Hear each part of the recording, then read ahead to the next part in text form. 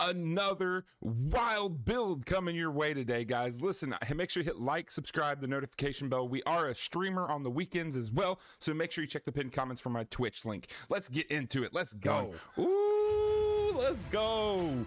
I like going back and checking out old builds, man. This one ain't really that old. This one really ain't that old, if I'm being honest. So we got the hidden blade. Haha. This skill is called Unseen Strike. What is that? Which I have to admit is perhaps not the best name for it. Dude. Today we're looking at Guitaraholic's Hidden Blade Ascendant, which automatically churns out projectiles to build fat stacks of corrupting blood. Welcome to Build of the Week. Dude, I'm Evan what? From Grinding Gear Games. What are those? What are those like? Are those like? What are those ninja blades? What are those ninja blades? I'm totally blanking out on the name. Oh my gosh! Somebody tell me in the comments. What's the ninja blade called? Unseen Strike is a skill unique to the Hidden Blade Dagger. I love how that character looks. Twice a second, so long as we're phasing. Okay, so phasing isn't phasing whenever you're able to run through monsters or something like that? Which, by the way, is a handy buff that lets us walk through enemies. Yeah, that's what I thought. To achieve permanent phasing, we're using the Ascendant's Raider passive. Hold on, so permanent phasing? So does that mean that you're untargetable all the time? However, Guitaraholic isn't trying to scale the damage of Unseen Strike. Instead, the goal is to apply stacks of corrupting blood with the projectiles. Corrupting blood. Once set up, this build is very automated, and Guitaraholic has likened it to Vampire Survivors. You can just run around, watch the blades fly, and collect loot. Dude, that is cool. So it's some kind of like vampiric thing where he's just literally killing everything and he's just running around. Like he's not even having to do much. That's crazy, dude. First things first, projectile spam.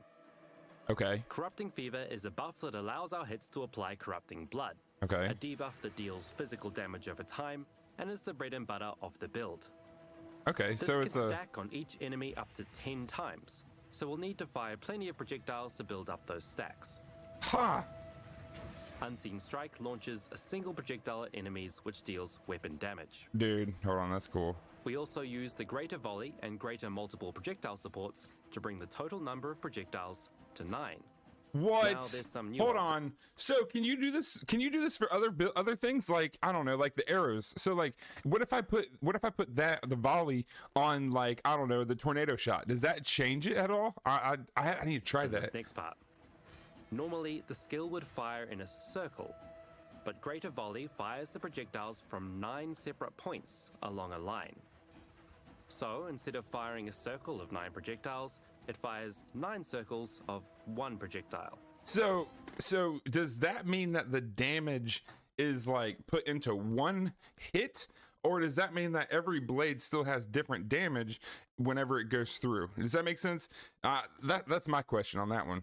Firing just 1 projectile in a circle is the same thing as firing it forwards. Okay. These details are useful for build creators, but all you have to know is that Guitaraholic's setup lets us fire projectiles in one direction, allowing for more consistent, more directed damage. Yeah, so you is can then that... slap on the returning projectile support for even more nonsense.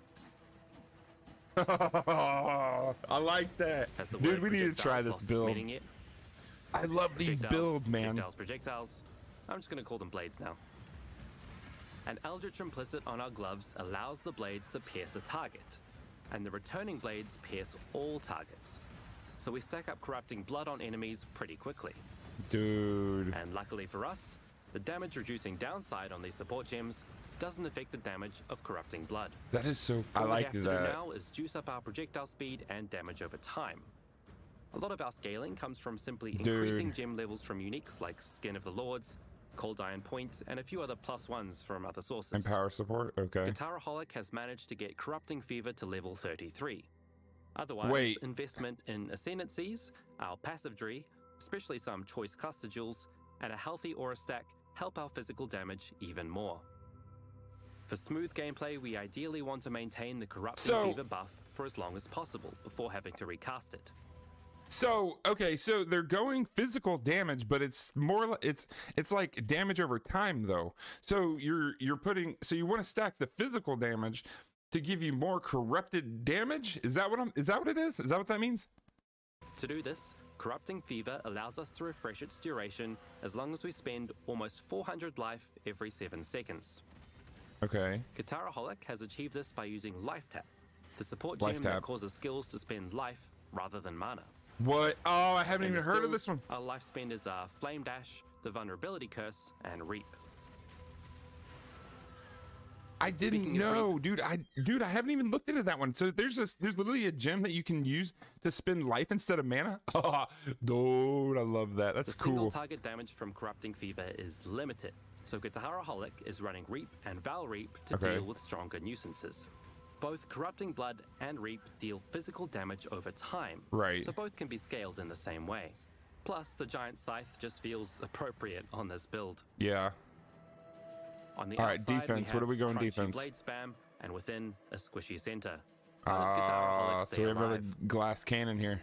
Let's talk armor. Guitaraholic has achieved at least 46,000 armor without a Granite Flask up. Most of this comes from determination. 66,000 armor? What? Hold on, what's cap? Is there not a cap on armor? I need to know this. Somebody in the comments tell me, is there a cap on armor? Grants armor.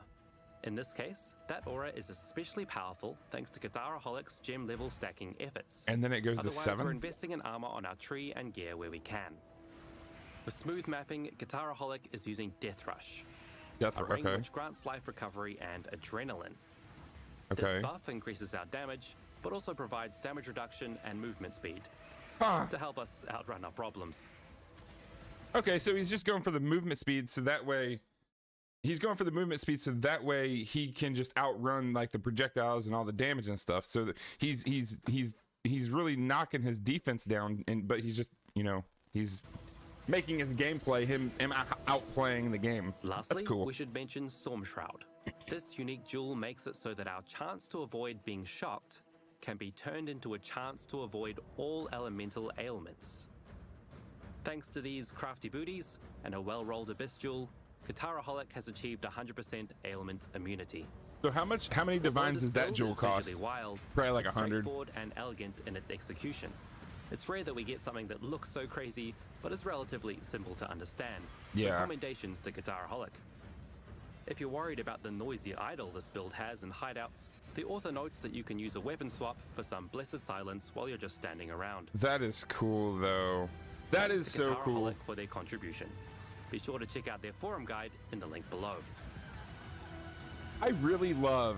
If you'd like to look like the Blade Lord you are meant to be, and the character looks so cool. Like see you next time. If you have this skin, let me know, chat.